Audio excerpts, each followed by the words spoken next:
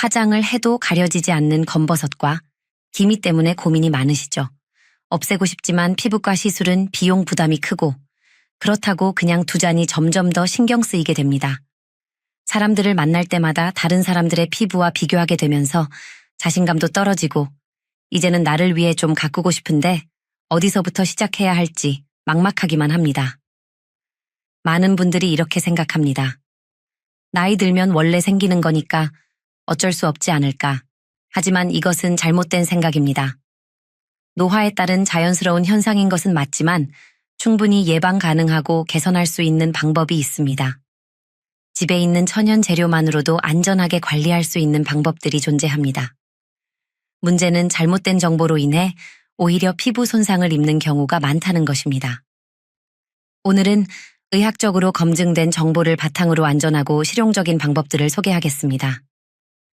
비싼 피부과 시술을 대체할 수 있는 홈케어 방법, 검버섯과 기미 개선에 도움이 되는 천연팩 2가지, 그리고 주름 완화에 효과적인 특별팩까지 자세히 다룰 예정입니다. 오늘 소개할 내용들을 꾸준히 실천하시면 거울 볼 때마다 조금씩 달라지는 모습에 미소 짓게 되실 겁니다. 그럼 본격적으로 검버섯과 기미가 무엇인지부터 정확히 알아보도록 하겠습니다. 검버섯은 의학 용어로 지루각화증이라고 합니다. 쉽게 이해하기 위해 비유를 들어보겠습니다. 씨앗이 햇볕을 받으면 싹이 트고 자라나듯이 피부도 수십 년간 햇볕에 노출되면서 변화를 겪습니다. 젊을 때는 햇볕 손상을 받아도 빠르게 회복되지만 나이가 들면서 회복 능력이 점차 떨어집니다.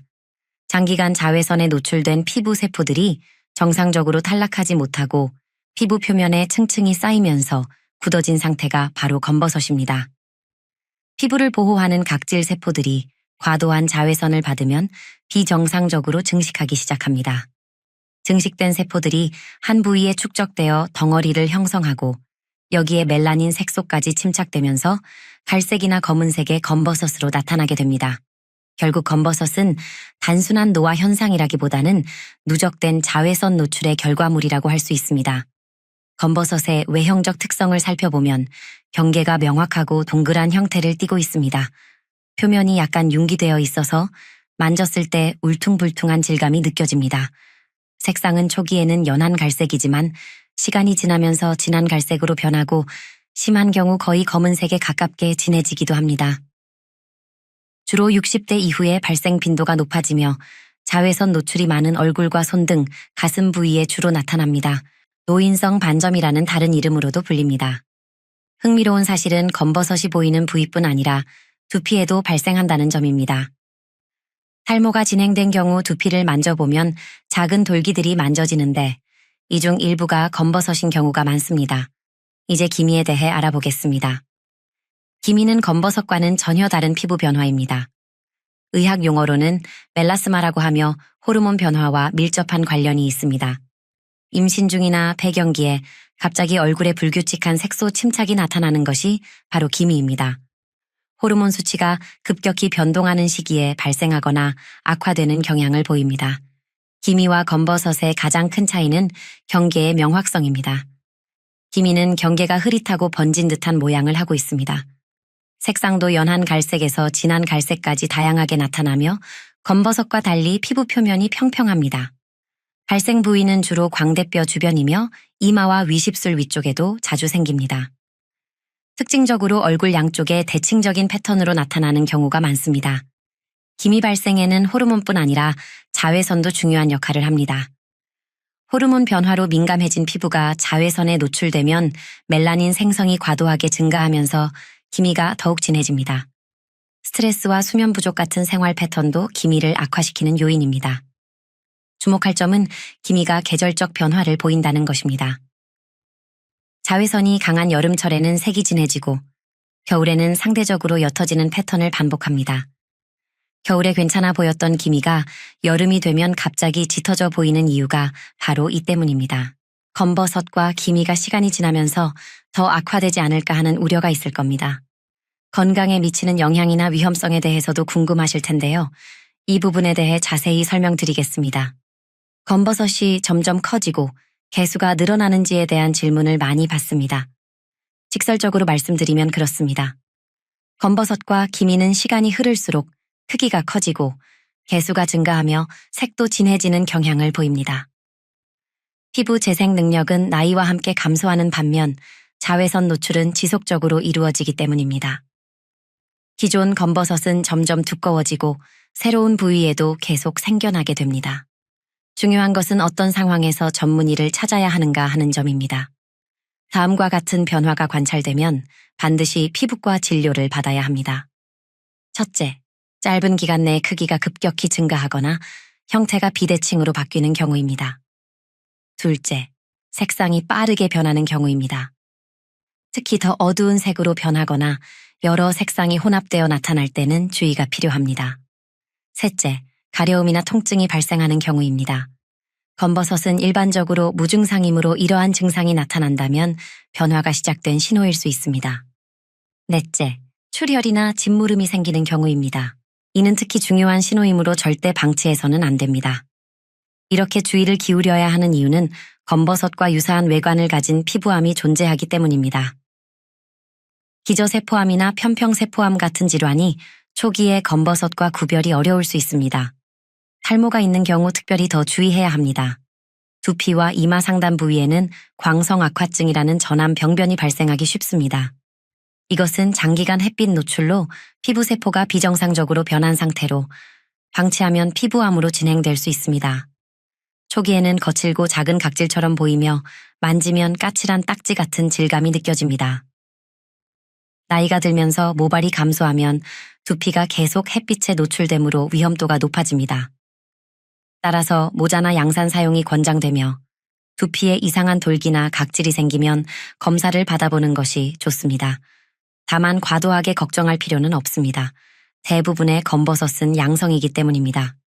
단지 변화가 있을 때는 전문의의 확인을 받는 것이 안전하다는 의미입니다. 의심스러운 부분이 있다면 검사를 받는 것이 좋습니다. 문제가 없다면 안심할 수 있고 문제가 있다면 조기 발견으로 치료할 수 있기 때문입니다.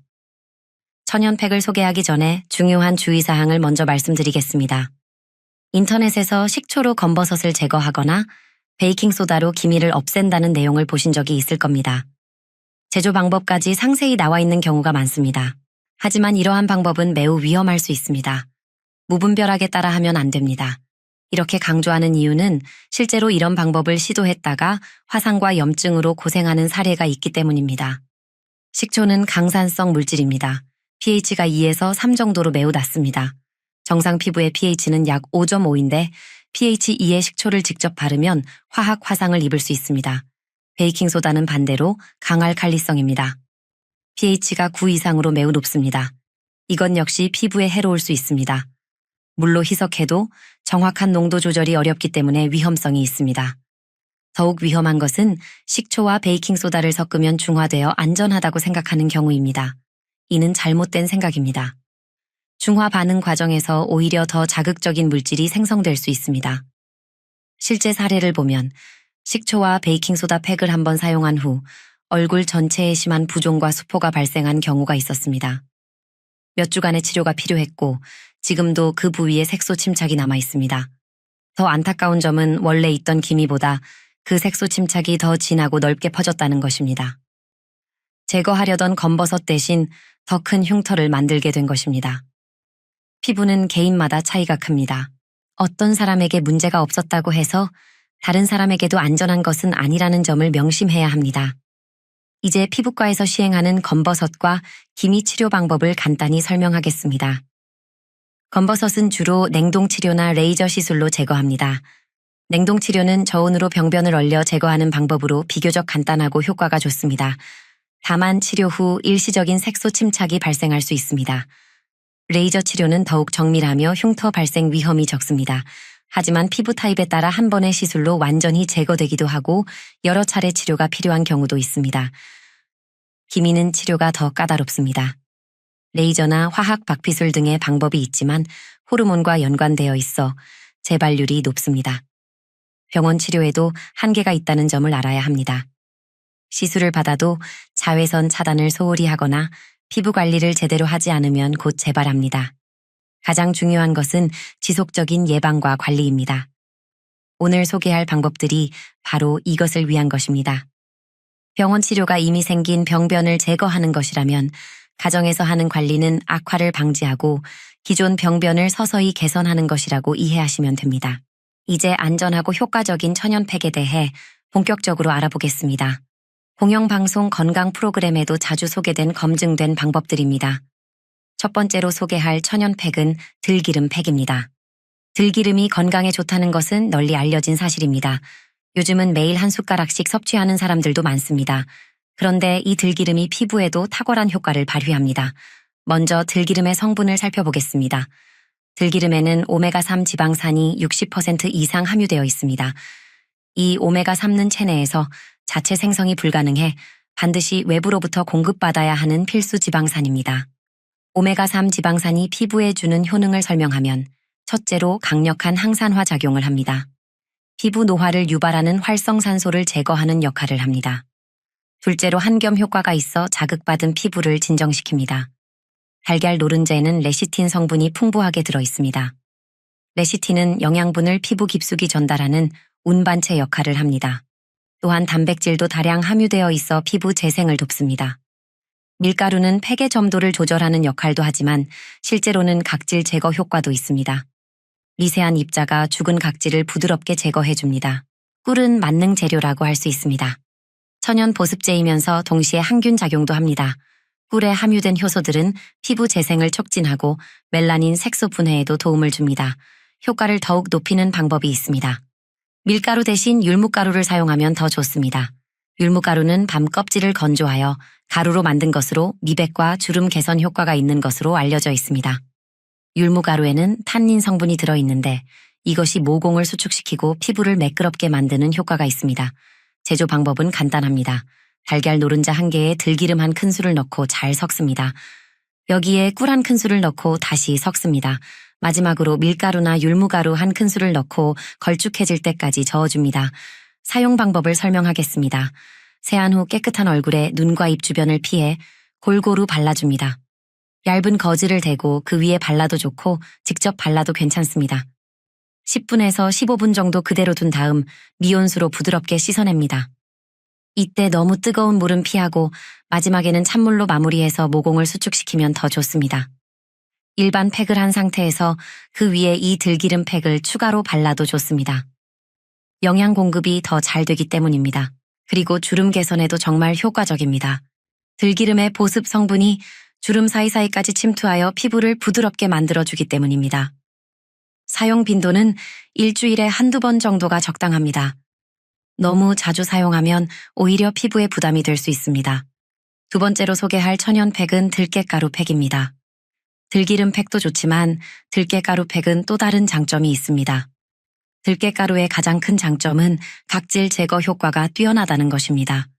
들깨가루 자체가 미세한 입자로 되어 있어 피부에 쌓인 죽은 각질을 부드럽게 제거하면서도 자극은 적습니다.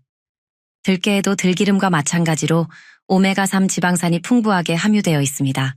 게다가 비타민 B군과 비타민 E, 그리고 각종 미네랄까지 다양하게 들어있어 피부 영양 공급 효과가 탁월합니다. 특히 들깨에 들어있는 세사민이라는 성분은 항산화 효과가 뛰어나 김이나 검버섯 같은 색소 침착을 완화하는 데 도움을 줍니다. 들깨가루 팩의 재료는 들깨가루 1큰술, 꿀 1큰술, 요구르트 1큰술입니다. 요구르트는 놀라운 재료입니다. 요구르트에는 젖산이 들어있는데 이 젖산이 천연 각질 제거제 역할을 합니다. 화학 박피술에서 사용하는 것과 유사한 효과를 내지만 훨씬 부드럽고 안전합니다. 젖산이 각질층을 부드럽게 녹여 새로운 세포가 자라나게 돕기 때문에 꾸준히 사용하면 피부톤이 한 단계 밝아지는 것을 느낄 수 있습니다. 요구르트 대신 우유를 사용해도 됩니다. 특히 유통기한이 지난 우유도 사용 가능합니다. 오히려 유통기한이 지날수록 젖산이 더 많아질 수 있습니다. 냉장고에 유통기한 지난 우유가 있다면 버리지 마십시오. 팩으로 활용할 수 있습니다. 다만 냉장 보관했던 것이어야 하고 1달 정도까지는 괜찮습니다. 냄새나 상태가 이상하지 않으면 충분히 사용 가능합니다. 우유에도 젖산이 들어있고 단백질까지 풍부해서 피부 영양 공급에도 좋습니다. 예전부터 클럽파트라도 우유 목욕을 했다고 전해집니다. 제조법을 설명하겠습니다. 들깨가루에 꿀을 먼저 넣고 잘 섞습니다. 그 다음 요구르트나 우유를 넣어 적당한 농도가 될 때까지 섞으면 됩니다. 새하얀 얼굴에 들깨가루 팩을 골고루 펴 발라줍니다. 꿀이 들어있어 흘러내리지 않습니다. 20분 정도 그대로 둔 다음 미온수로 부드럽게 마사지하면서 씻어냅니다. 이때 들깨가루가 각질 제거 효과를 내므로 너무 세게 문지르지 말고 부드럽게 원을 그리듯이 마사지합니다.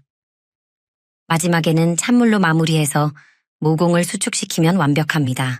여름철에는 자외선이 강하므로 일주일에 2번 정도 해주면 좋고 봄, 가을, 겨울에는 일주일에 1번 정도가 적당합니다. 여름에 더 자주 하는 이유는 자외선을 많이 받으면 각질도 더 많이 생기고 색소 침착도 더 잘 생기기 때문입니다. 따라서 좀 더 적극적으로 관리하는 것이 좋습니다. 하나 주의할 점은 너무 자주 하면 오히려 피부가 예민해질 수 있다는 것입니다. 각질 제거 효과가 있다 보니 과도하게 하면 피부 장벽이 손상될 수 있습니다. 팩을 한 후에는 꼭 자외선 차단제를 발라야 합니다. 각질이 제거된 상태에서는 피부가 더 예민하므로 자외선 차단이 특히 중요합니다. 이제 마지막 보너스로 백옥 같은 피부를 만들어주는 특별한 팩을 소개하겠습니다. 이름하여 백옥 피부 팩입니다. 개인적으로도 정말 추천하고 싶은 팩인데 재료도 간단하고 효과도 탁월합니다. 재료는 알로에 젤 종이컵 반 정도, 벌꿀 반 큰술, 올리브 오일 쌈 티스푼입니다.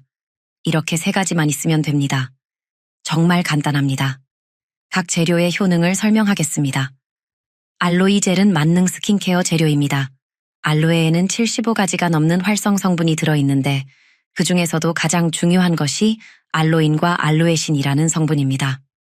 알로인은 한겸 효과가 뛰어나 자극받은 피부를 진정시킵니다.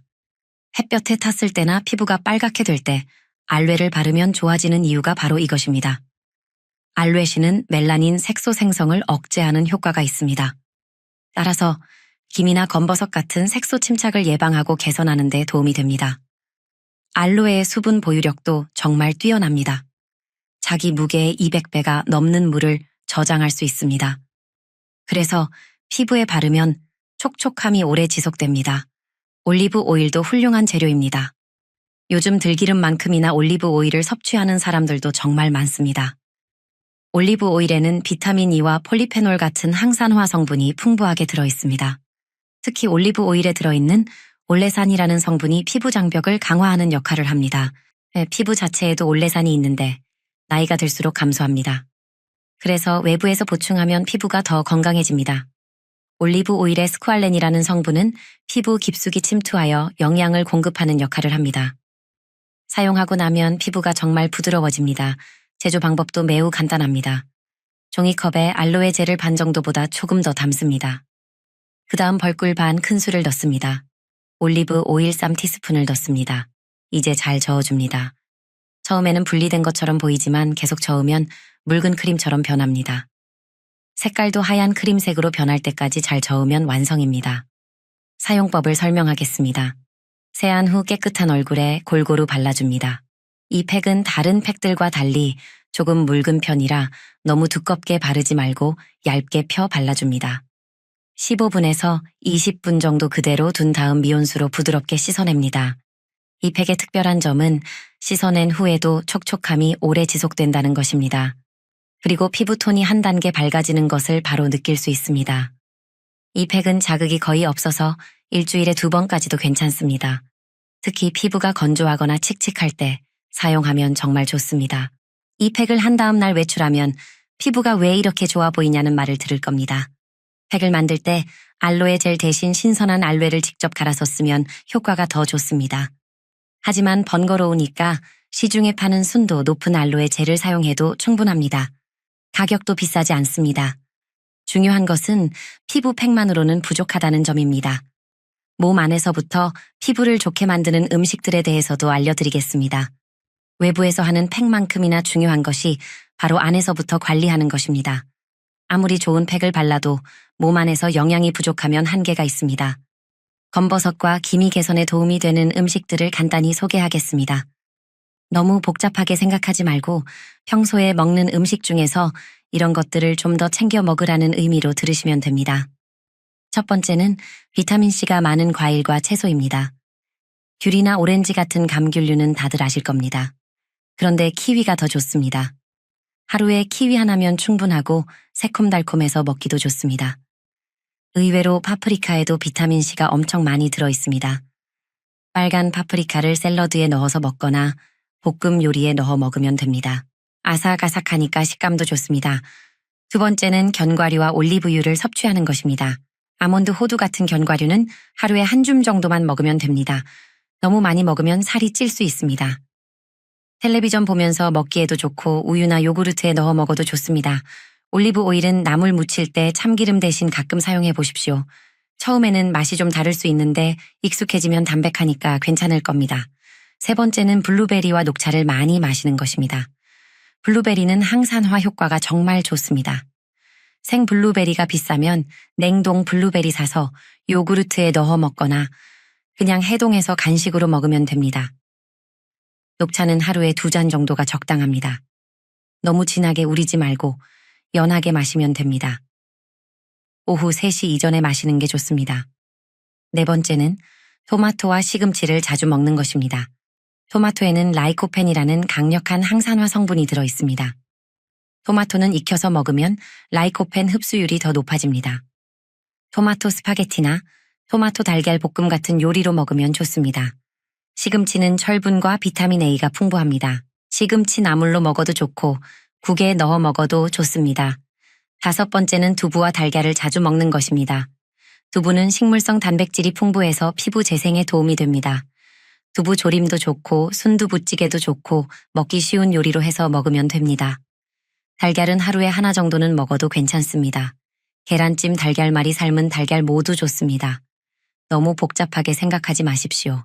이런 음식들을 억지로 다 챙겨 먹을 필요는 없습니다. 평소에 먹던 음식 중에서 이런 것들이 좋다는 것이니까 기회가 될 때마다 조금씩 더 챙겨 먹으면 됩니다. 예를 들어서 간식으로 과자 대신 견과류나 블루베리를 먹고 나물 반찬 한 가지는 시금치로 하고 차는 커피 대신 녹차로 가끔 바꿔 마시면 됩니다. 이 정도만 해도 충분합니다. 가장 중요한 것은 꾸준히 먹는 것입니다. 한 번에 많이 먹는 것보다 매일 조금씩이라도 꾸준히 먹는 게 훨씬 효과적입니다. 오늘 긴 시간 동안 들어주셔서 정말 감사합니다. 검버섯과 기미는 나이 들면서 자연스럽게 생기는 변화이지만 절대 포기할 필요 없다는 것을 기억하시기 바랍니다. 오늘 소개한 들기름 팩, 들깨가루 팩, 배곡 피부 팩 같은 것들을 활용해 보십시오. 그리고 평소에 좋은 음식들도 조금씩 더 챙겨 먹으시기 바랍니다. 하지만 무엇보다 중요한 것은 꾸준함입니다. 한번 하고 효과가 없다고 포기하지 말고 최소 2개월에서 3개월은 꾸준히 해보시기 바랍니다. 피부도 살아있는 조직이라서 변화에는 시간이 필요합니다. 그리고 절대로 인터넷에 떠도는 위험한 민간 요티법들은 따라하지 마십시오. 오늘 말씀드린 안전한 천연 재료들로만 관리하시길 부탁드립니다. 혹시 피부에 급작스러운 변화가 있거나 가렵거나 아프거나 피가 나는 경우에는 꼭 피부과에 가보시기 바랍니다. 대부분은 문제 없지만 혹시 모르니까 전문의에게 한번 확인받는 것이 안전합니다. 마지막으로 당부 말씀드리고 싶은 것은 너무 스트레스 받지 말라는 것입니다. 지금까지 아름답게 살아오신 것처럼 앞으로도 아름다워질 자격이 있습니다. 지금도 충분히 아름답습니다. 그동안 가족들을 위해서 얼마나 희생하고 고생했습니까? 이제는 본인을 위해서 예쁘게 가꾸는 시간입니다. 검버섯이나 기미가 있다고 해서 외출을 피하거나 사람 만나기를 꺼려하지 마십시오. 오늘 소개한 방법들로 관리하면서 자신감 있게 생활하시기 바랍니다. 주변에 같은 고민을 가진 분들이 계시면 오늘 이 영상을 꼭 공유해 주시기 바랍니다. 잘못된 정보로 피부를 상하는 분들이 더 이상 없었으면 좋겠습니다. 구독과 좋아요도 꼭 눌러주시고요. 앞으로도 정말 도움이 되는 안전하고 검증된 피부 관리법들을 계속 소개하겠습니다. 오늘도 건강하시고 항상 웃으시면서 행복한 하루 보내십시오. 감사합니다. 여러분 혹시 이런 생각 해보신 적 있으신가요? 나는 평생 밥도 남들보다 적게 먹고 군것질도 거의 안 하는데 왜 당뇨에 걸렸을까? 참 억울하다 이런 생각 말입니다. 우리가 흔히 당뇨병 하면 떠올리는 모습이 있죠. 아마도 배가 좀 나오고 체격이 있는 그런 모습을 생각하실 겁니다. 실제로 비만이 당뇨의 아주 중요한 원인인 것은 맞습니다. 그런데 제가 진료실에서 20년 넘게 환자분들을 뵈면서 정말 안타까운 경우를 많이 봅니다. 얼마 전에도 50대 후반의 여성분이 저를 찾아오셨는데 누가 봐도 아주 마른 체형이셨어요. 평생을 소식하고 꼬박꼬박 산책도 하셨는데 그만 건강검진에서 당뇨 확진을 받으셨다는 겁니다. 이분이 저한테 그러시더군요. 교수님, 저는 정말 억울합니다. 저보다 훨씬 많이 먹고 뚱뚱한 사람도 저렇게 건강한데 왜 하필 저한테 이런 병이 생겼는지 도무지 모르겠다고요. 눈물을 글썽이시는데 저도 참 마음이 아팠습니다. 이처럼 당뇨는 뚱뚱한 사람에게만 찾아오는 병이 절대 아닙니다. 오늘 저는 이 억울한 당뇨에 대한 이야기부터 차근차근 시작해 보려고 합니다. 많은 분들이 당뇨라고 하면 그냥 혈당이 좀 높은 병, 소변에 당이 나오는 병 정도로만 생각하십니다. 그래서 아침 저녁으로 혈당 수치 자체에만 굉장히 집착하시죠. 아침에 공복 혈당 재고, 밥 먹고, 식후 혈당 재면서 그 숫자 하나하나에 가슴이 철렁 내려앉기도 하고 또 안도하기도 하십니다. 물론 혈당 조절 중요합니다. 하지만 여러분, 우리가 정말 두려워해야 할 것은 눈앞의 그 혈당 수치 자체가 아닙니다. 당뇨가 진짜 무서운 이유는 그 높은 혈당이 우리 몸속에서 만들어내는 아주 독한 찌꺼기 때문입니다. 이 찌꺼기가 한번 만들어지면 마치 우리 혈관벽에 끈적끈적한 연물이 달라붙듯이 착 달라붙습니다. 그리고는 그 자리에서 끊임없이 염증을 일으키고 우리 몸의 모든 혈관을 딱딱하게 굳게 만들고 망가뜨립니다. 저는 이것을 혈관에 남는 뜨거운 불도장이라고 부르고 싶습니다. 이 불도장이 머리 혈관에 찍히면 뇌졸중이 되는 것이고 심장 혈관에 찍히면 심근경색이 되는 겁니다. 콩팥 혈관을 망가뜨리면 결국 무서운 투석까지 가게 되는 바로 그 당뇨 합병증의 진짜 주범입니다. 우리는 혈당 수치가 아니라 바로 이 독한 찌꺼기, 의학 용어로는 당화 최종 산물이라고 부르는 이것을 경계해야 합니다. 그런데 도대체 왜 이렇게 억울하게 마른 사람에게도 당뇨가 생기는 걸까요? 또 많은 분들이 크게 오해하고 계신 것이 있습니다. 밥이나 빵, 면 같은 탄수화물은 무조건 나쁘고 과일은 달콤하지만 천연당이니까 당뇨에 괜찮다고 생각하시는 분들이 정말 많습니다. 과연 그럴까요? 어떤 분들은 나는 다른 건 다 괜찮은데 스트레스만 받으면 유난히 혈당이 오른다고 하시는데 이것도 정말 의학적인 근거가 있는 이야기일까요? 오늘 이 강연에서는 바로 이 당뇨에 대한 3가지 큰 오해를 명쾌하게 풀어드리고 우리가 정말 싸워야 할 진짜 적이 누구인지 그리고 내 소중한 혈관을 그 독한 불도장으로부터 지켜낼 수 있는 가장 확실한 혈관 방어 전략까지 모두 알려드리겠습니다. 오늘 이 영상 끝까지 보시면 그동안 당뇨에 대해 가졌던 막연한 불안감과 오해들이 시원하게 풀리고 아하, 그래서 그랬구나 하고 명쾌하게 깨닫게 되실 겁니다.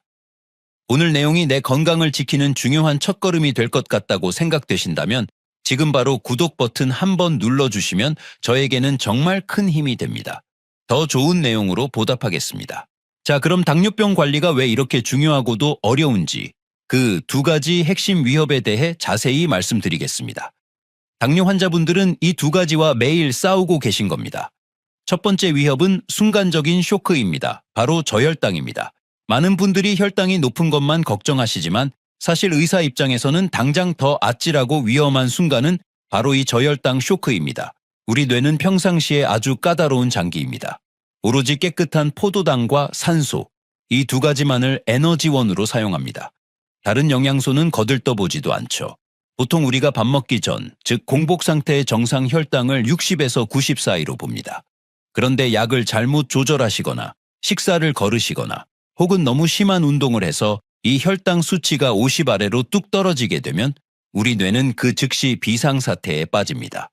마치 달리던 자동차의 엔진이 갑자기 꺼져버리는 것과 같습니다. 식은땀이 나고 손이 떨리고 가슴이 두근거리다가 여기서 조금만 더 진행되면 뇌 기능이 멈춰버립니다. 의식을 잃고 쓰러지게 되는 거죠. 이건 정말이지 1분 1초를 다투는 응급 상황입니다. 이것이 당뇨병의 첫 번째 무서운 얼굴, 급성 위협입니다. 그런데 이것과는 정반대로 당뇨병의 2번째 얼굴이 있습니다. 이것은 쇼크처럼 요란하게 오지 않습니다. 아주 조용하고 느리고 끈질기게 우리 몸을 망가뜨리는 만성 위협입니다. 제가 앞서 말씀드린 혈관에 찍히는 뜨거운 불도장 이야기입니다. 저혈당이 갑자기 전깃불이 나가는 사태라면 이 당화 최종 산물이 일으키는 문제는 집의 철근 기둥이 수십 년에 걸쳐 서서히 녹쓰는 사태라고 비유할 수 있습니다. 당장은 티가 안 나지만 결국에는 집 전체를 무너뜨리죠. 이것이 어떻게 우리 혈관을 망가뜨리는지 그 과정을 제가 알기 쉽게 설명해 드릴게요. 우리가 음식을 먹고 혈당이 높아지면 피 속에 포도당이 많아집니다. 이 포도당이 너무 많으면 그냥 떠다니질 않고 여기저기 들러붙기 시작합니다. 마치 끈적한 설탕물처럼요. 어디에 붙느냐? 바로 우리 혈관 벽을 이루고 있는 단백질에 가서 착 달라붙습니다. 이렇게 포도당과 단백질이 한번 들러붙어서 변성된 것, 이것이 바로 그 독한 찌꺼기, 당화 최종산물입니다. 의학 용어로는 에이지스라고 부릅니다. 문제는 지금부터입니다. 우리 몸의 혈관 세포 표면에는 아주 특별한 문이 있습니다. 이 문은 특정 열쇠만 받아들이는데 이름하여 에이지스 수용체, 저희 의사들은 레이지라고 부르는 문입니다. 그런데 이 당화 최종산물이 마치 자기 집 열쇠처럼 이 레이지라는 문에 정확히 들어맞습니다. 이 독한 찌꺼기가 혈관 세포의 문에 딱 결합하는 순간 어떤 일이 벌어질까요? 그 세포 안에서 어마어마한 비상벨이 울립니다. 엄청난 양의 산화 스트레스, 즉 활성산소가 폭발적으로 뿜어져 나옵니다. 동시에 걷잡을 수 없는 염증 반응의 스위치가 켜집니다. 이 염증과 활성산소가 혈관 벽을 계속해서 공격합니다. 이미 조금씩 쌓여있던 콜레스테롤 찌꺼기, 즉 동맥경화반이 있다면 이 염증 폭탄은 그 찌꺼기를 더욱 불안정하게 만듭니다. 언제 터질지 모르는 시한폭탄으로 만드는 겁니다. 이것이 바로 당뇨 합병증의 핵심 기전입니다. 뇌, 심장, 콩팥, 눈, 발끝 할 것 없이 우리 몸 모든 혈관에서 이 끔찍한 염증 파티가 벌어지는 겁니다. 자, 이제 정리가 되시죠? 우리는 저혈당 쇼크라는 급성 위협도 막아야 하고 동시에 당화 최종산물이라는 만성적인 혈관 염증도 막아야 하는 아주 어려운 싸움을 하고 있는 겁니다. 오늘 제가 설명해드린 이 당화 최종산물의 무서움이 명확하게 이해가 되셨다면 좋아요 한 번만 꾹 눌러주세요. 여러분의 작은 응원이 더 많은 분들께 이 중요한 건강 정보를 전달하는 힘이 됩니다. 앞서 우리는 저혈당 쇼크의 급성 위협과 당화 최종산물이라는 만성혈관 염증에 대해 알아봤습니다. 둘 다 정말 무섭죠. 그렇다면 도대체 왜, 무엇이 우리 몸을 이런 위험에 빠뜨리는 걸까요? 많은 분들이 당뇨의 원인을 단순히 단 음식을 많이 먹어서라고 생각하시지만 그 속을 들여다보면 훨씬 더 복잡한 진실이 숨어 있습니다. 오늘 저는 당뇨를 부르는 세 가지 진짜 원인, 그리고 우리가 가장 크게 오해하고 있는 세 가지 진실을 명쾌하게 바로잡아 드리겠습니다. 첫 번째 진실은 바로 탄수화물 대사에 대한 오해입니다. 진료실에서 환자분들께 이제부터 밥, 빵, 면은 좀 줄이셔야 합니다 라고 말씀드리면 많은 분들이 이렇게 되물으십니다. 교수님, 밥은 줄이겠는데 과일은 괜찮죠? 과일은 천연당이고 몸에 좋잖아요. 정말 그럴까요? 결론부터 말씀드리면 둘 다 혈당에 직접적인 영향을 주지만 그 방식이 완전히 다릅니다. 우리가 먹는 밥, 빵, 면의 주성분은 전분입니다. 이 전분은 소화 과정을 거치면 거의 100% 포도당으로 분해됩니다. 그리고 이 포도당은 즉시 우리 혈관으로 들어가 혈당을 직접적으로 아주 빠르게 끌어올립니다. 그런데 과일의 단맛을 내는 과당은 조금 다릅니다. 과당은 포도당보다 1.5배 정도 더 달지만 먹었을 때 혈당을 직접적으로 확 올리지는 않습니다. 왜냐하면 과당은 혈관이 아니라 곧바로 우리 몸의 간으로 직행하기 때문입니다. 많은 분들이 과당은 간으로 가서 바로 지방이 된다고 잘못 알고 계십니다. 이건 아주 큰 오해입니다. 우리 간은 과당이 들어왔을 때 정해진 순서대로 일을 처리합니다. 1순위는 간창고의 글리코겐이라는 비상 식량을 채우는 겁니다. 우리가 밤새 자거나 운동을 해서 간창고가 비어 있다면 과당은 포도당보다 훨씬 더 빠르고 효율적으로 이 창고를 채워 넣습니다. 그리고 일부는 에너지로 바로 사용되죠. 여기까지는 아주 좋은 역할입니다. 그런데 만약에 이 간창고가 이미 꽉 차 있다면 어떨까요? 예를 들어 우리가 쌀밥으로 배부르게 식사를 마쳤습니다. 밥, 즉 포도당 때문에 이미 간창고는 글리코겐으로 가득 찼습니다. 그런데 그 직후에 디저트로 달콤한 과일이나 과당이 듬뿍 든 음료수를 또 마십니다. 간 입장에서는 창고가 꽉 찼는데 자꾸만 과당이 밀려 들어오는 총과잉 칼로리 상태가 된 겁니다. 이때가 문제입니다. 간은 어쩔 수 없이 갈 곳 없는 이 남는 과당들을 신생지방 합성이라는 과정을 통해 중성지방, 즉 쌀로 만들어 버립니다. 그리고 그 지방을 간에 차곡차곡 쌓아두기 시작하죠. 이것이 바로 지방간입니다. 즉 과일, 즉 과당도 잉겨 상태에서는 지방간과 살을 찌우는 주범이 될 수 있다는 겁니다. 밥이냐 과일이냐 둘 중 하나만 나쁜 것이 아니라는 뜻입니다. 두 번째 진실은 음식이 전부가 아니라는 겁니다. 바로 수면과 스트레스입니다. 교수님, 저는 어제 먹은 것도 별로 없는데 아침 혈당이 왜 이렇게 높죠? 잠만 설쳤을 뿐인데요. 이렇게 말씀하시는 분들 정말 많습니다. 이유가 있습니다. 우리가 잠을 제대로 못 자면 우리 몸은 이걸 위기 상황으로 받아들입니다. 인슐린에 대한 민감도가 하루 만에 20에서 30%까지 뚝 떨어집니다. 똑같은 밥을 먹어도 혈당이 훨씬 더 많이 오른다는 뜻입니다.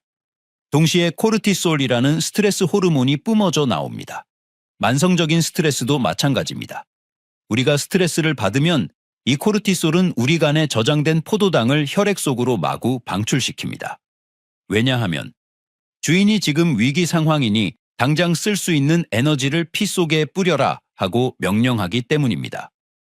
밥을 먹지도 않았는데 스트레스와 수면 부족만으로도 간에서 당을 꺼내 쓰고 인슐린 저항성까지 높아지는 겁니다. 정말 억울하죠. 마지막 세 번째 진실은 바로 체질, 즉 유전과 자가 면역의 문제입니다. 제가 처음에 말씀드린 억울함을 호소하던 그 마른 당뇨 환자분의 비밀이 여기에 있습니다. 우리는 흔히 당뇨하면 인슐린 저항성이 문제인 E형 당뇨만 생각합니다. 하지만 실제로는 전혀 다른 원인으로 당뇨가 생길 수 있습니다. 대표적인 것이 라다라고 부르는 성인 잠복성 자가면역 당뇨입니다. 이 병은 겉보기에는 2형 당뇨와 비슷하지만 실제로는 1형 당뇨처럼 우리 몸의 면역 체계가 서서히 아주 천천히 췌장의 베타 세포를 파괴하는 자가면역 질환입니다. 그래서 처음에는 먹는 약이 좀 듣는 것 같다가도 시간이 지날수록 췌장 기능이 완전히 망가져서 약이 전혀 듣지 않게 됩니다. 이런 분들은 인슐린 저항성이 문제가 아니라 인슐린 분비 자체가 안 되는 것이기 때문에 처음부터 치료 접근이 달라져야 합니다. 또 모디라고 부르는 유전성 당뇨도 있습니다. 이건 특정 유전자 하나가 고장나서 생기는 병입니다. 보통 25세 이전에 비만하지 않아도 발병하고 가족 중에 유난히 당뇨 환자가 많다는 특징이 있죠. 이처럼 라다와 모디는 인슐린 저항성 개선만으로는 절대 해결되지 않습니다. 항체 검사나 유전자 검사를 통해 정확한 원인을 찾아내고 그에 맞는 치료를 받는 것이 무엇보다 중요합니다.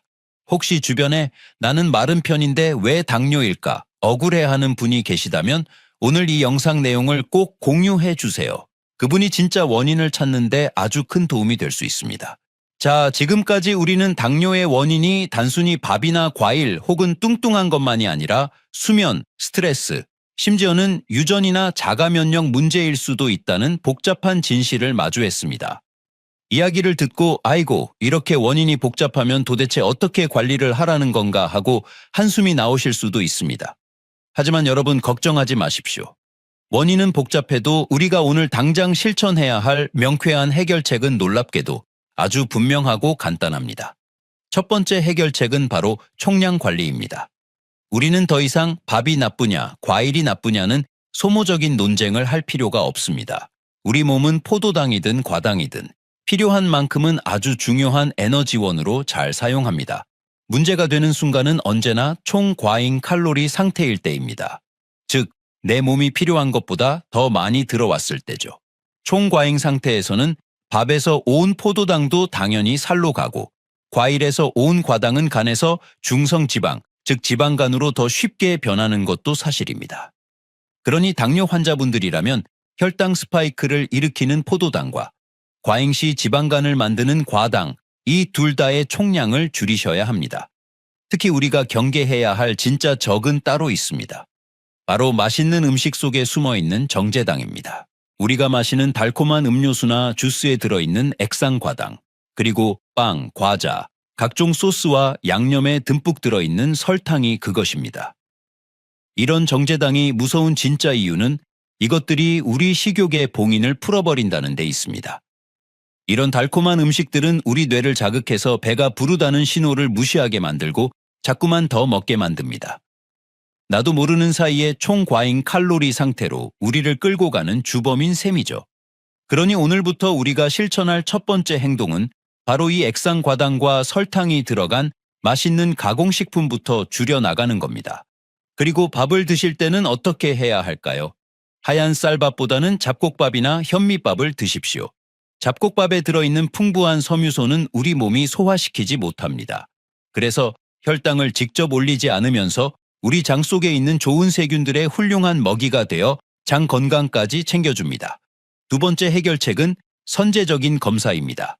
열심히 총량을 관리하는 것도 중요하지만 지금 내 몸의 혈관 상태가 어떤지, 이미 독한 불도장이 어디에 찍히기 시작했는지 미리 아는 것은 더 중요합니다.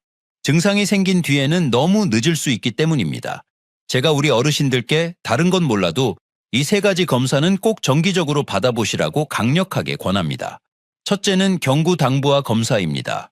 나는 아침 공복 혈당은 정상인데 하고 안심하시는 분들 중에 식사만 하면 혈당이 폭포수처럼 치솟는 숨겨진 당뇨 환자분들이 정말 많습니다. 의사들은 내당능장애라고 부르는데요. 이 식후 혈당 스파이크가 바로 혈관을 망가뜨리는 주범입니다. 이 숨겨진 당뇨를 잡아내는 유일한 표준 검사가 바로 포도당 물을 마시고, 제보는 경구당부화 검사입니다. 둘째는 미세알부민뇨 검사입니다. 아주 간단한 소변 검사입니다. 이것은 당뇨로 인한 콩팥 합병증이 시작됐다는 최초의 신호입니다. 소변에서 이 미세한 단백질이 보이기 시작했다는 것은 이미 콩팥뿐만 아니라 우리 몸 전신의 뇌, 심장 혈관 세포가 손상되기 시작했다는 아주 강력한 조기 경보입니다. 이 신호가 나오면 혈당과 혈압을 훨씬 더 강력하게 관리해야 합니다. 셋째는 경동맥 초음파입니다. 많은 당뇨 환자분들이 고혈압, 비만, 고지혈증 같은 대사증후군을 함께 갖고 계십니다. 이미 동맥경화가 시작되었을 확률이 매우 높다는 뜻이죠. 이 검사는 우리 목에 있는 뇌로 피를 보내는 가장 큰 혈관인 경동맥에 얼마나 찌꺼기, 즉 경화반이 끼어 있는지 직접 눈으로 보는 검사입니다. 미리 이 경화반을 확인하고 관리하는 것만이 무서운 뇌졸중을 막는 가장 확실한 길입니다. 혹시 오늘 말씀드린 검사들에 대해 더 궁금한 점이 있으시거나 검사를 받아보신 경험이 있다면 댓글로 남겨주세요. 다른 분들에게도 아주 귀중한 정보가 될 겁니다. 오늘 긴 시간 동안 당뇨에 대한 여러 가지 숨겨진 진실들에 대해 말씀드렸습니다. 오늘 제가 여러분께 가장 강조드리고 싶었던 핵심을 세 문장으로 요약해 보겠습니다. 첫째, 당뇨는 단순히 혈당계 숫자에 일희일비하는 병이 아닙니다. 둘째, 당뇨의 진짜 무서움은 혈관에 염증을 일으키는 당화 최종산물이라는 독한 찌꺼기입니다. 셋째, 그래서 당뇨 관리는 곧 혈관 관리입니다.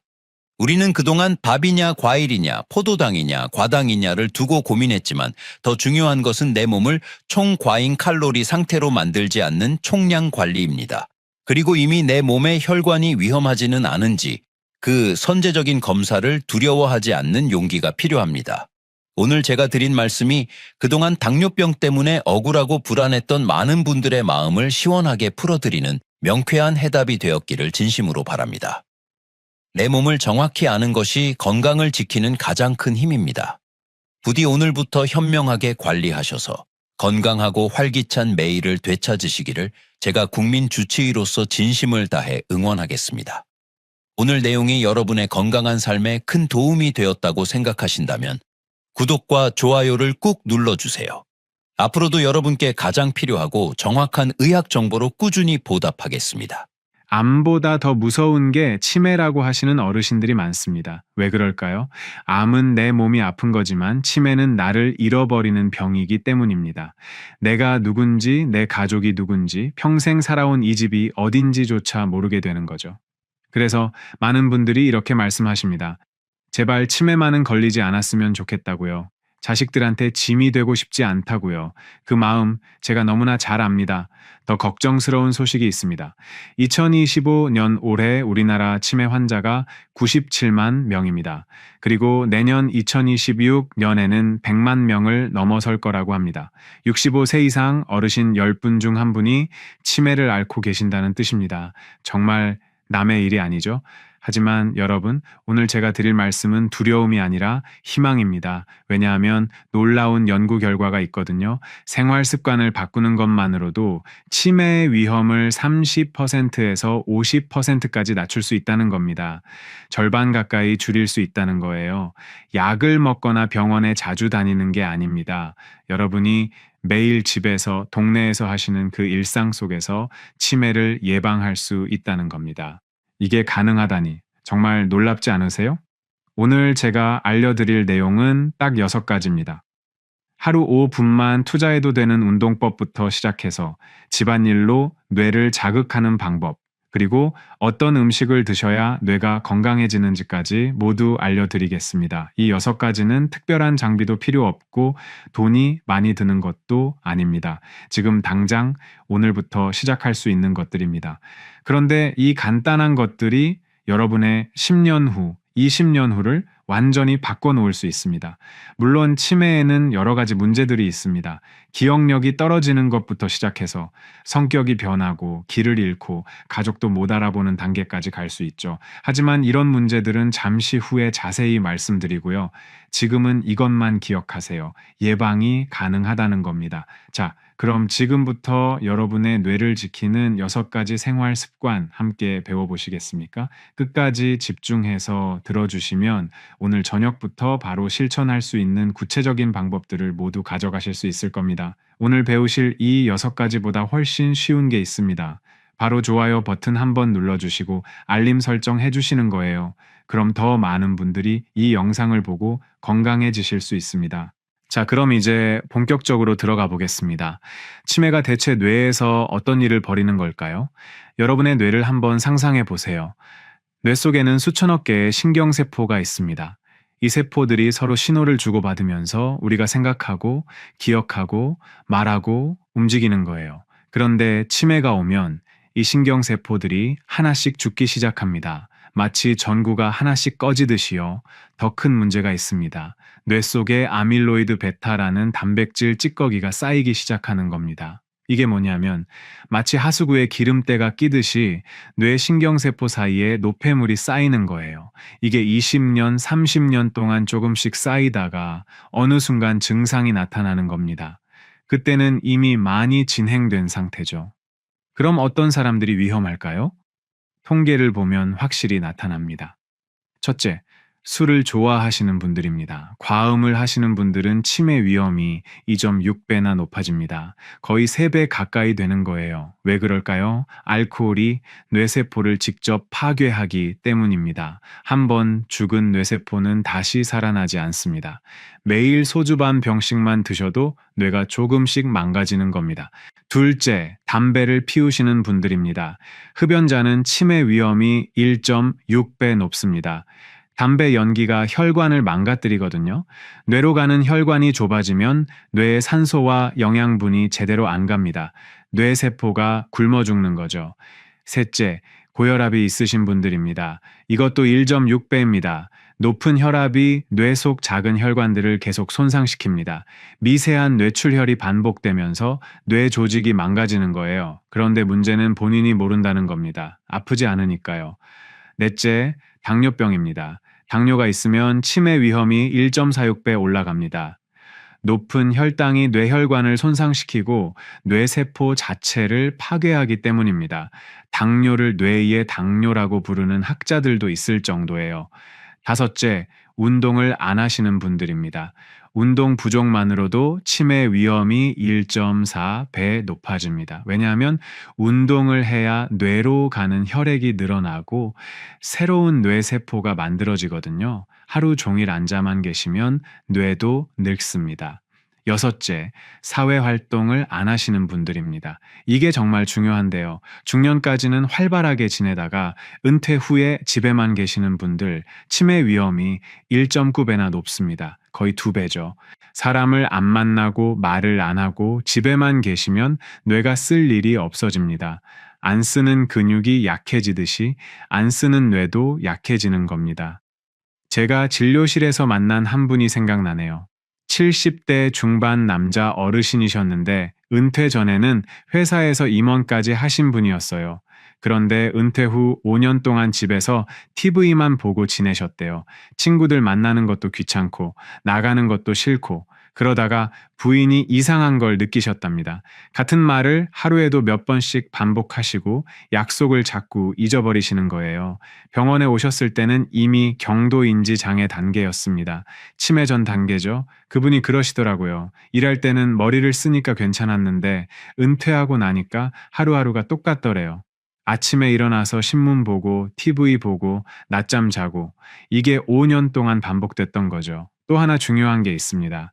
영양 결핍입니다. 특히 비타민 B12가 부족하면 치매와 똑같은 증상이 나타납니다. 노인분들은 위 기능이 떨어져서 B12를 잘 흡수 못 하시거든요. 혈액 검사 한 번이면 알 수 있는데 모르고 지나치는 분들이 너무 많으세요. 갑상선 호르몬이 부족한 경우도 마찬가지입니다. 무기력하고 기억력이 떨어지고 집중이 안 되는 증상이 나타나요. 치매인 줄 알았는데 알고 보니 갑상선 문제였던 경우가 의외로 많습니다. 여러분, 지금까지 말씀드린 이 위험 요인들 공통점이 뭔지 아세요? 전부 생활 습관과 관련이 있다는 겁니다. 술, 담배, 운동 부족, 사회활동 부족, 혈압 관리, 혈당 관리. 이 모든 게 여러분이 매일 선택하는 생활 속에 있어요. 바꿔 말하면 이 선택들을 바꾸기만 하면 치매를 예방할 수 있다는 뜻입니다. 그 구체적인 방법을 이제부터 알려드리겠습니다. 구독 버튼만 눌러주셔도 저한테 큰 힘이 됩니다. 그리고 혹시 주변에 이런 증상 있으신 분 계신가요? 댓글로 있어요. 3글자만 남겨주세요. 자, 그럼 이제 핵심으로 들어가 보겠습니다. 왜 생활 습관을 바꾸는 것만으로 치매를 예방할 수 있는 걸까요? 그 비밀을 지금부터 풀어드리겠습니다. 첫 번째 비밀은 뇌 혈류입니다. 여러분의 뇌는 몸무게의 2%밖에 안 되는데 전체 혈액의 20%를 쓰는 대식가입니다. 그만큼 뇌는 혈액을 통해 들어오는 산소와 영양분이 절실히 필요하다는 뜻이에요. 그런데 운동을 하면 어떻게 될까요? 심장이 빨리 뛰면서 뇌로 가는 혈액의 양이 확 늘어납니다. 뇌세포 하나하나에 신선한 산소와 영양분이 풍부하게 공급되는 거죠. 마치 말라가던 화분에 물을 주는 것과 같습니다. 뇌세포가 다시 살아나요. 더 놀라운 게 있습니다. 운동을 규칙적으로 하면 뇌에서 새로운 신경세포가 만들어집니다. 예전에는 어른이 되면 뇌세포가 더 이상 안 생긴다고 했는데 그게 아니었어요. 운동을 하면 70대, 80대에도 새 뇌세포가 자랍니다. 특히 기억을 담당하는 해마라는 부위에서요. 두 번째 비밀은 염증입니다. 우리 몸에는 나쁜 균이 들어오면 염증 반응이 일어나죠. 그런데 이 염증이 뇌에서 계속되면 큰 문제가 됩니다. 뇌세포를 공격하거든요.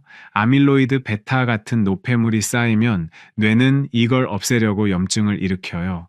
그런데 이 염증이 오히려 정상 뇌세포까지 손상시키는 겁니다. 여기서 식단이 중요해집니다. 녹색 채소, 베리류, 생선 같은 음식에는 항산화 물질이 가득합니다. 이 물질들이 뭘 하느냐? 염증을 잡아줍니다. 뇌세포를 공격하는 염증 반응을 줄여주는 거예요. 동시에 활성산소라는 나쁜 물질도 제거해줍니다. 활성산소가 뭐냐면 우리 몸에서 에너지를 만들 때 생기는 찌꺼기예요. 이게 쌓이면 뇌세포의 DNA를 망가뜨리고 세포막을 손상시킵니다. 그런데 항산화 물질이 이 활성산소를 청소해 주는 거죠. 마치 집안의 먼지를 청소기로 빨아들이듯이요. 세 번째 비밀은 뇌의 청소 시스템입니다. 글림프 시스템이라고 들어보셨나요? 밤에 주무실 때 뇌에서 아주 특별한 일이 일어납니다. 낮 동안 쌓인 노폐물, 특히 아밀로이드 베타를 청소하는 거예요. 어떻게 청소할까요? 뇌척수액이라는 맑은 물이 뇌 속을 쫙 흘러가면서 찌꺼기를 쓸어내는 겁니다. 하수구에 물을 확 뿌려서 씻어내는 것처럼요. 그런데 이게 깊은 잠을 잘 때만 제대로 작동합니다. 잠을 설치거나 낮잠만 자면 청소가 안 돼요. 그러면 노폐물이 20년, 30년 쌓이는 거죠. 연구 결과를 보면 더 재미있습니다. 옆으로 누워서 자는 자세가 이 청소 시스템을 가장 효율적으로 작동시킨다고 합니다. 반드시 누워 자는 것보다 옆으로 자는 게 뇌 청소에 더 좋다는 거예요. 네 번째 비밀은 뇌의 예비 능력입니다. 이게 좀 어려운 개념인데요. 쉽게 설명해 드리겠습니다. 은행 통장에 예금이 많으면 갑자기 큰돈 나갈 일이 생겨도 버티잖아요? 뇌도 똑같습니다. 평소에 뇌를 많이 쓰면 신경세포 사이의 연결이 촘촘해집니다. 길이 하나가 아니라 여러 개가 생기는 거예요.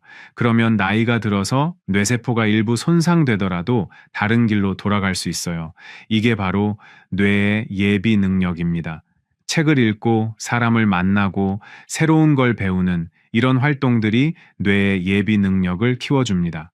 같은 나이, 같은 정도의 뇌 손상이 있어도 어떤 사람은 치매 증상이 나타나고 어떤 사람은 멀쩡한 이유가 바로 이 예비 능력 때문입니다. 실제로 연구를 보면 평생 교육 수준이 높고 복잡한 일을 하고 취미 활동을 많이 한 사람들은 뇌에 아밀로이드가 쌓여 있어도 치매 증상이 안 나타나는 경우가 많습니다. 뇌가 손상을 보상할 능력이 크기 때문이죠. 다섯 번째 비밀은 호르몬입니다. 운동을 하면 이리신이라는 호르몬이 근육에서 나옵니다. 이게 뇌로 가서 뇌세포를 보호하고 새로운 신경세포가 자라도록 도와줍니다. 또 BDNF라는 뇌 성장인자도 나와요. 이게 뇌세포의 비료 같은 겁니다. 반대로 스트레스를 받으면 코르티솔이라는 나쁜 호르몬이 나옵니다. 이게 오래 지속되면 기억을 담당하는 해마를 손상시켜요. 그래서 우울증이 있거나 스트레스가 심한 분들이 치매 위험이 높은 겁니다. 여러분, 정리해 볼까요? 운동은 뇌 혈류를 늘리고 건강한 식단은 염증을 잡아주고 좋은 수면은 뇌를 청소하고 두뇌 활동은 예비 능력을 키워줍니다. 이 모든 게 맞물려서 치매를 막는 거예요. 이제 왜 생활 습관이 중요한지 아시겠죠? 약이나 주사가 아니라 여러분의 매일매일 선택이 뇌를 지키는 겁니다. 이 영상 하나가 누군가의 10년 후를 바꿀 수 있습니다. 카카오톡으로 가족들에게 공유 한 번만 해주세요. 자, 이제 가장 중요한 부분입니다. 오늘부터 바로 시작할 수 있는 6가지 생활 습관을 알려드리겠습니다. 어렵지 않습니다. 하나씩 따라오세요. 첫 번째, 규칙적인 운동입니다. 하루 5분부터 시작하세요. 정말 5분이면 됩니다. 미국 존스 홉킨스 대학 연구를 보면 주당 35분만 운동해도 치매 위험이 41% 줄어듭니다. 하루로 치면 5분이에요. 어떤 운동을 할까요? 빠르게 걷기가 가장 좋습니다. 숨이 약간 차지만 옆 사람과 대화할 수 있을 정도로요. 아침에 집 근처 공원 한 바퀴, 이것만 해도 충분합니다. 계단이 있으면 더 좋아요. 엘리베이터 대신 계단으로 한두 층만 올라가세요. 무릎이 안 좋으신 분들은 어떻게 하냐고요? 의자에 앉아서 발을 들었다 놨다 하는 것만으로도 운동입니다. 팔을 크게 돌리는 것, 제자리에서 발을 천천히 높이 드는 것, 전부 운동이에요. 중요한 건 매일 하는 겁니다. 두 번째, 뇌 건강 식단입니다. 마인드 식단이라고 들어보셨나요? 어려운 거 아닙니다. 딱 4가지만 기억하세요. 하나, 녹색 채소를 매일 드세요. 시금치, 상추, 깨씹 다 좋습니다. 하루 한 번은 꼭 드세요. 둘, 베리류를 일주일에 2번 드세요. 블루베리, 딸기면 됩니다. 마트에서 냉동베리 사다가 아침에 몇 개씩 드시면 돼요. 셋, 생선을 일주일에 한 번 드세요. 고등어, 삼치 같은 등 푸른 생선이 좋습니다. 넷, 견과류를 매일 한 줌 드세요. 호두, 아몬드 5알이면 충분합니다. 반대로 줄여야 할 것도 있습니다. 삼겹살, 소고기 같은 붉은 고기는 일주일에 한 번으로 줄이세요. 버터, 마가린 대신 올리브유를 쓰세요. 과자, 빵 같은 단 음식도 줄이시고요. 이렇게만 하셔도 알츠하이머 위험이 53% 줄어든다는 연구 결과가 있습니다. 절반 이상이에요. 세 번째, 집안일로 뇌를 자극하세요. 청소, 빨래, 요리가 전부 치매 예방 운동입니다.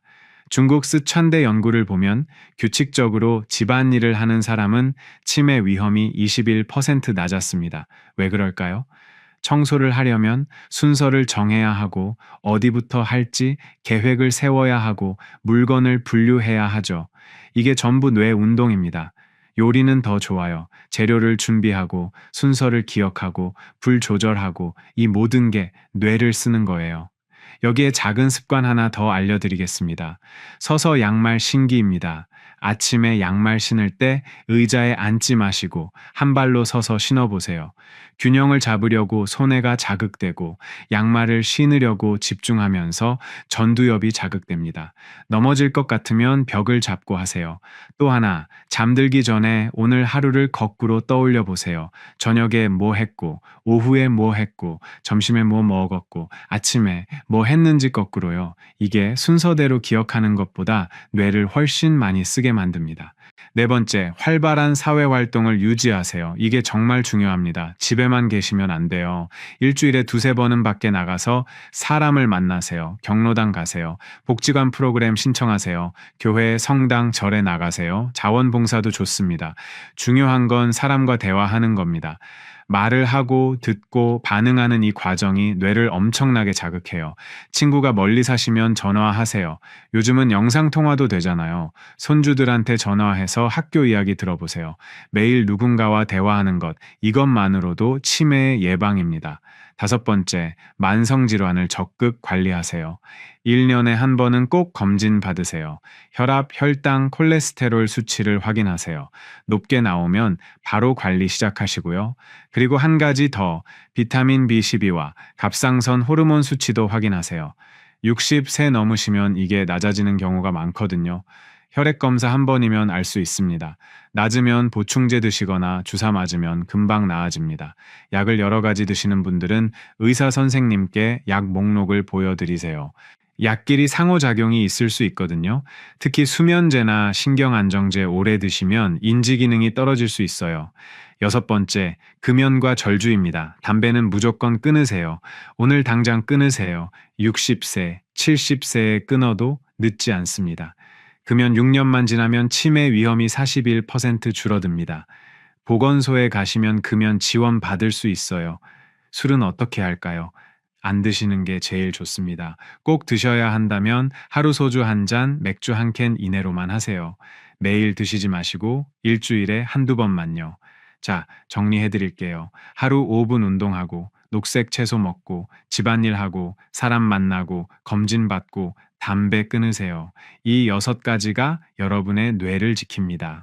6가지 중에서 오늘 바로 시작할 것 하나만 댓글로 남겨주세요.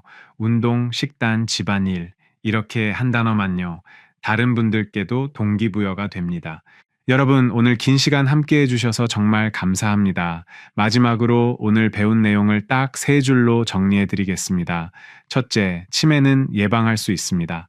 생활 습관만 바꿔도 위험을 30%에서 50%까지 낮출 수 있어요. 둘째, 특별한 게 필요 없습니다. 하루 5분 운동, 녹색 채소 먹기, 사람 만나기 이것만으로 충분합니다. 셋째, 오늘부터 시작하세요. 내일이 아니라 오늘입니다. 제가 20년 넘게 환자분들을 만나면서 가장 안타까웠던 게 뭔지 아세요? 조금만 일찍 왔더라면 막을 수 있었는데 하는 아쉬움이었습니다. 치매는 증상이 나타나기 10년, 20년 전부터 시작돼요. 지금은 아무렇지 않아도 뇌 속에서는 조용히 진행되고 있을 수 있습니다. 그래서 오늘이 중요합니다. 지금 이 순간부터 시작하는 작은 습관들이 10년 후, 20년 후에 여러분을 완전히 바꿔놓을 수 있습니다. 건강한 뇌로 손주들 이름을 다 기억하고 가족들과 여행도 다니고 친구들과 웃으며 이야기 나눌 수 있는 노년을 만드는 거예요. 오늘 알려드린 6가지 중에서 전부 다 할 필요 없습니다. 하나만 골라서 시작하세요. 운동이 제일 쉬워 보이면 내일 아침 집 앞 공원 한 바퀴 도는 것부터요. 음식이 쉬워 보이면 오늘 저녁에 시금치 한 접시 올리는 것부터요. 사람 만나는 게 좋으면 친구한테 전화 한 통 하는 것부터요. 하나가 익숙해지면 둘을 하고 둘이 익숙해지면 셋을 하세요. 6개월, 1년 지나면 6가지 전부 자연스럽게 하고 계실 겁니다. 그때쯤이면 몸이 가볍고 머리가 맑고 기분도 좋아지셨을 거예요. 여러분 주변에도 치매가 걱정되시는 분 분들 많으실 겁니다. 형제자매, 친구, 이웃 어르신들, 이 영상을 그분들한테 보내주세요. 카카오톡으로 문자로 링크 하나만 보내주시면 됩니다. 그럼 그분들도 오늘부터 뇌를 지킬 수 있습니다. 혼자 하려면 어렵고 작심삼일로 끝날 수 있어요. 그런데 가족이나 친구랑 같이 하면 달라집니다. 같이 산책 나가고, 같이 건강한 음식 해 먹고, 같이 경로당 가면 훨씬 쉽고 재미있어요. 서로 응원해주는 사람이 있으면 포기하지 않게 됩니다. 제가 진료실에서 만난 어르신 중에 이런 분이 계셨어요. 75세 할머니셨는데 걱정이 많으셔서 병원에 오셨어요. 치매 검사를 해보니 다행히 정상이셨죠. 그런데 그때 제가 오늘 말씀드린 것처럼 생활 습관 이야기를 해드렸어요. 그분이 정말 열심히 하셨어요. 매일 아침 동네 한 바퀴 걷고 시금치랑 나물 챙겨 드시고 복지관에서 노래 교실도 다니시고 3년 후에 다시 검사하러 오셨는데 오히려 점수가 더 좋아지셨더라고요. 그분이 그러시더라고요. 처음엔 귀찮았는데 이제는 습관이 돼서 안 하면 오히려 이상하대요. 여러분도 할 수 있습니다. 나이는 숫자일 뿐이에요. 70대, 80대에도 뇌는 변할 수 있습니다. 새로운 신경세포가 자라고 새로운 연결이 만들어지고 더 건강해질 수 있어요. 포기하지 마세요. 치매는 무서운 병이지만 여러분께는 무기가 있습니다. 바로 오늘 배운 이 6가지 생활 습관입니다. 이게 여러분의 뇌를 지켜줄 가장 강력한 방패가 될 겁니다. 마지막으로 한 가지만 더 말씀드릴게요. 건강검진 꼭 받으세요. 1년에 한 번. 혈압, 혈당, 콜레스테롤, 비타민, B12, 갑상선 호르몬 5가지만이라도 확인하세요. 문제가 있으면 일찍 잡고 없으면 안심하고 지낼 수 있잖아요. 여러분의 건강한 노년을 진심으로 응원합니다. 오늘부터 시작하세요. 내일이 아니라 바로 오늘요. 작은 한 걸음이 큰 변화를 만듭니다. 이 영상 기억하는 것보다 구독 버튼 누르는 게 훨씬 쉽죠. 그리고 꼭 주변 분들께 공유해 주세요. 다음에 더 좋은 건강 정보로 찾아뵙겠습니다. 건강하세요.